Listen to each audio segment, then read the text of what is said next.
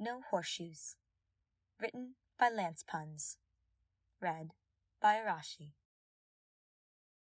Ingrid had come to accept that Sylvain was just not great with steeds. No matter how many women he managed to woo with his admittedly brilliant charisma, that charisma did nothing for the horses he had always been assigned during the war. Most of them tended to leave him at the first chance they rode into battle, which was less than helpful. She often flew up after him after he was stranded to get him, which was becoming increasingly more annoying. This particular time, she found him next to two bodies that looked like they'd met the wrong end of the lance of ruin. He looked a little worse for wear, but was alive and alert. That was good enough for her right now. "We need to get you to Mercedes," she noted as she landed, watching as Sylvain looked at her with what she assumed was relief. Ingrid held out her hand. "Come on, hop on." Without any argument, Sylvain started walking towards her to hop on.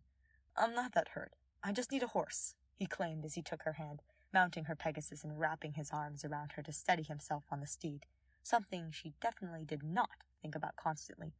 "Mercedes will agree." Ingrid rolled her eyes as she had her Pegasus take off.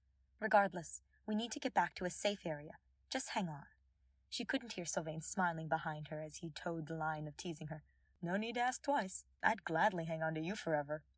Her face became flushed as she jerked her elbow into his ribs. "Don't give me a reason for you to need to see Mercedes." Sylvain laughed in response, and the two of them went quiet. Ingrid guided her trusty steed to the Kingdom Army base, which didn't take long. They landed pretty close to the medical tent Mercedes operated at, and the two got off. Ingrid moved to help Sylvain, but he was already off by the time she turned to him. It's a good thing she did, though, because he began to stumble when taking a step, and she managed to catch him and support his weight as they began walking. "You worried too much, Ing." "Don't give me that.